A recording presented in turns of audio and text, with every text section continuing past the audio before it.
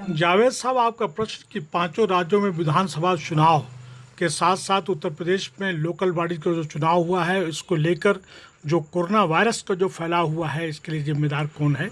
मैं आपका इस प्रश्न का जवाब देने से पहले अपनी बात को मैं अल जज़ीरा टीवी का जो रिपोर्टिंग हुआ है कि वर्ल्ड में 3 ऐसे लीडर्स हुए हैं, जिसमें से कि अमेरिकन के ex president Donald Trump, Brazilian president जेर बोल्सोनारो और उसके साथ साथ में हमारे Indian prime minister Narendra Modi साहब का नाम आया है। अल जज़ीरा टीवी के मुताबिक इन तीनों लीडर्स ने अपने वर्ल्ड के साथ साथ अपने मुल्क में जो है कोरोना वायरस एक तरह से फैलाने के लिए, यानी great spreaders of corona virus के नाम से जाने गए हैं।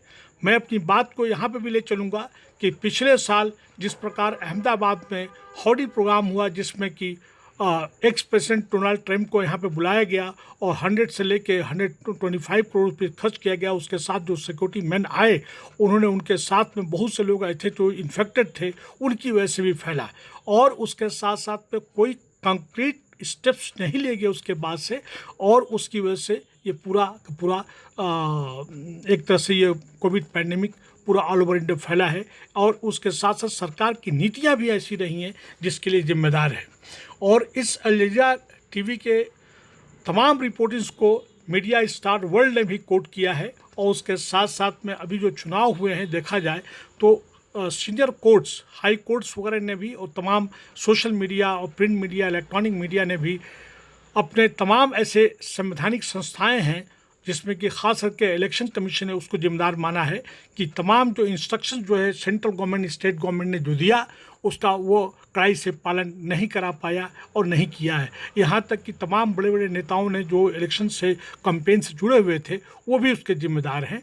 लेकिन ये बात तो खुल के सामने आई है कि केंद्र सरकार के तमाम बड़े बड़े लीडर, रूलिंग जो हैं, वो उसके लिए जिम्मेदार हैं।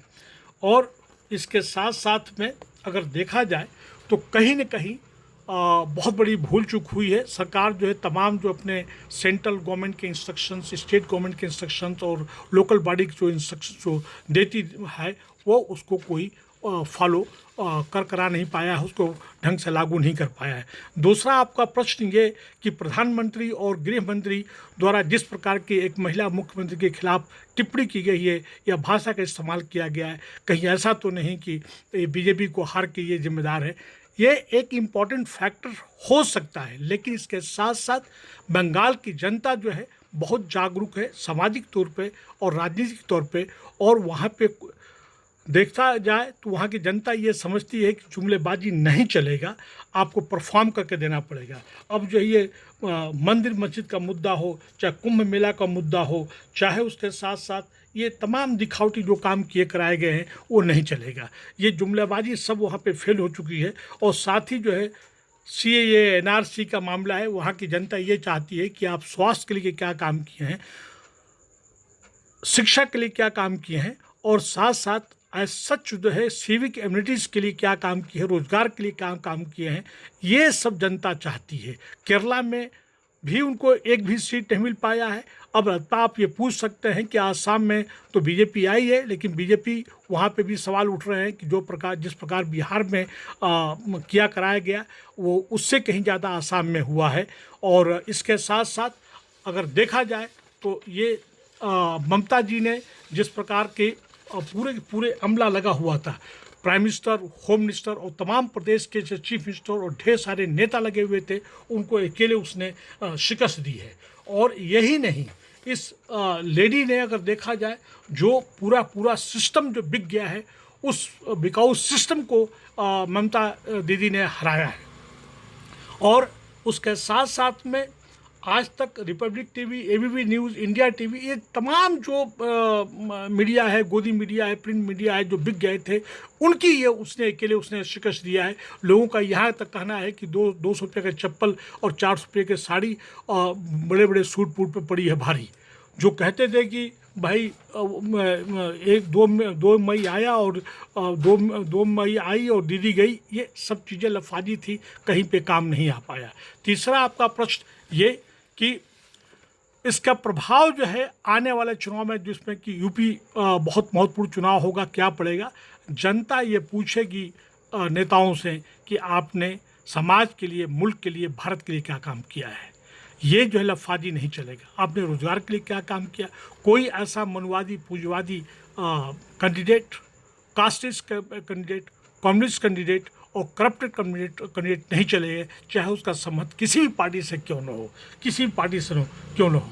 मैं अपनी बात को ख़त्म करने से पहले मैं आपको ये बता दूं कि अब जो है जनता में काफ़ी जागरूकता आ चुकी है। ये सब जो है जनता जानती है और ये जितने भी बिकाऊ जो सिस्टम है वो उसको ख़त्म करना पड़ेगा और इनको जवाब देना पड़ेगा। और इसी के साथ में मैं एक बात कह दूं मैं कि ये किसी कवि ने कहा है कि अड़े थे जिद पे कि सूरज बना के छोड़ेंगे, पसीने छूट गए एक दिया बनाने में, मेरी निगाह में वो शख्स आदमी भी नहीं जिन्हें लगा है ज़माना खुदा बनाने में। अब ये चीज़ें जो है आपको इशारे में मैं कह रहा हूँ मैं, और उसी के साथ साथ एक बार और ये बात कहना चाहता हूँ कि if there was no wisdom in if there is a wisdom in beards all goats would be PMs. लोग जो है बहुरुपिया बन के ड्रामा करके कपड़े बदल के चाहें तो अब ये नहीं चलेगा। जनता को परफॉर्मेंस चाहिए, जनता को, भारत को परफॉर्मेंस चाहिए। आपको सही काम करना पड़ेगा, जुमलेबाजी लफाजी नहीं चलेगा। बहुत बहुत धन्यवाद आपका जावेद साहब, आप तीनों प्रश्नों के लिए धन्यवाद, बहुत बहुत शुक्रिया। Thank you very much, thank you.